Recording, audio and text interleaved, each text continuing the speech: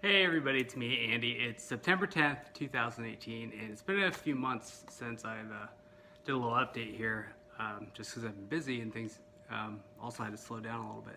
So one thing I think I was talking about where we were last time was, planning the app for our project, also working with engineering. I want to give you an update because it's been, like 2 months. So obviously once you start forking out real money, even though like I said, I'd saved money for this for years to get this project going. But once you start sending out checks, things start to become a lot more real. Certainly, and I think I said this before, is you start questioning, is this a good idea? Especially when you start, dipping into savings accounts or selling stock or whatever it is you got to do to pay for this. And I've had to certainly cut down bills, and we actually had to slow down a little bit because even though I'd saved money, things slowed down at my the job I work to basically fund this. And I was worried that I was going to run out of the money that I'd saved quicker than normal. So we had to slow down on engineering a little bit, but now we're back up and running again, and hopefully that stays that way. So one thing I'll say that certainly has caught my attention when dealing with, particularly with doing the OEM stuff. Like I think I mentioned Alibaba before, and the importance of not customizing everything if you can avoid it, to avoid like your tooling costs and things like that. So we're looking at parts. We brought in a bunch of samples from Alibaba, and we're still going to have to do more as we go through this thing. And some of these we did. You're going to spend. I was forking out a lot of money just in shipping because we're shipping from the suppliers that we want to test out to do business with. We're not only testing their products, but we're testing, how great are they to work with?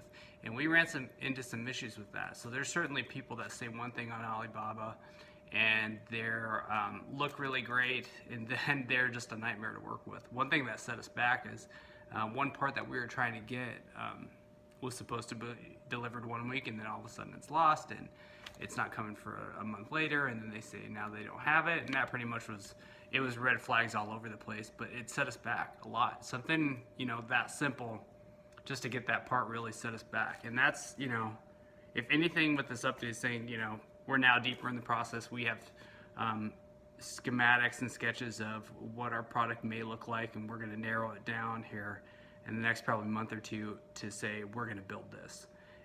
Or we might build a couple of these, and then we have something physical in our hands that we can test out and really look at. But like I said, I knew there's going to be issues going into this, and you just have to expect that too, and you have to just keep plowing on through the vision and focus on why you did this, and focus on that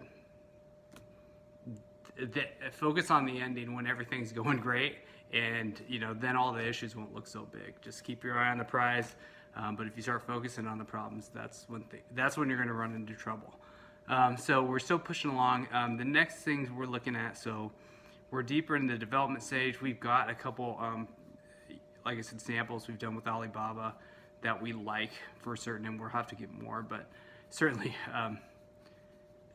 shipping costs were one thing. Dealing with people, in another language, also with the time difference, because you're going to do a lot of this. Like I live near Seattle, and it's like a 12-hour difference. So for me to even get a hold of, and maybe it's even 14 or something, but I know that the soonest I can get a hold of someone is like 10 o'clock at night. So, and I have kids and everything like that too, and I have to get up early. So it could be really long when I have to do that stuff. But it'll work its way out. We think we found a good supplier for that. But one thing about costs, like I said, it's been much more real that I've had to start shelling out money in checks.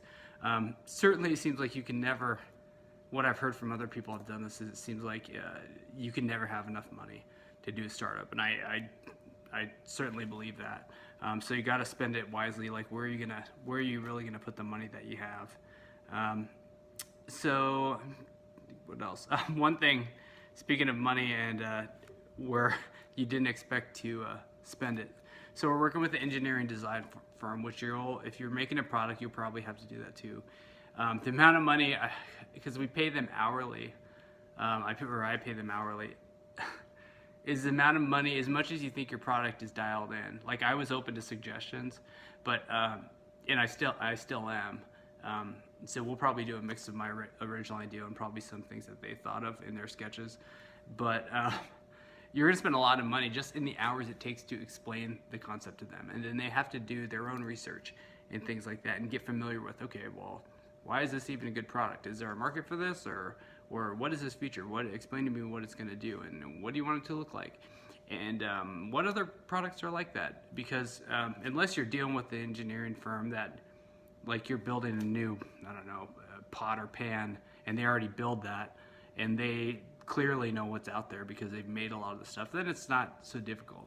But if it's a firm that's never worked in your space that you're trying to work on, or they've only done a little bit and you're like the expert on that, you'll spend a lot of money on them just you kind of need to learn and getting their feet wet and kind of seeing what's out there and research things you already have in your brain, and you think, once you show them your idea, they're going to say, oh wow, I get it, or this is so great. Maybe not the case. So that was one. So the next thing we're actually working at as well is, okay, so things are moving along with design, then we'll go into production, which I'll do an update on that when we get to that point. But certainly at this point, I'm looking more into looking at websites, and also online marketing and creating like a web presence before we launch this thing on Kickstarter. So we're looking to do some possibly videos and marketing just to grab like followers, because the one thing about like Kickstarter that I've learned in reading is that you want to try to fund as soon as you possibly can, because that will boost you to the top of their page, and then you'll get their own audience like looking at your product, in addition to the marketing that you're going to do to bring people to your Kickstarter, Indiegogo, or whatever crowdfunding site, or your website to sell your product. So working on like a video or something to kind of just grow a presence, like how can we get in front of the people we're eventually going to target? How can we want them to get interested in us? Like, what story can we tell? How can we track like their email addresses, or how can we get them to follow us?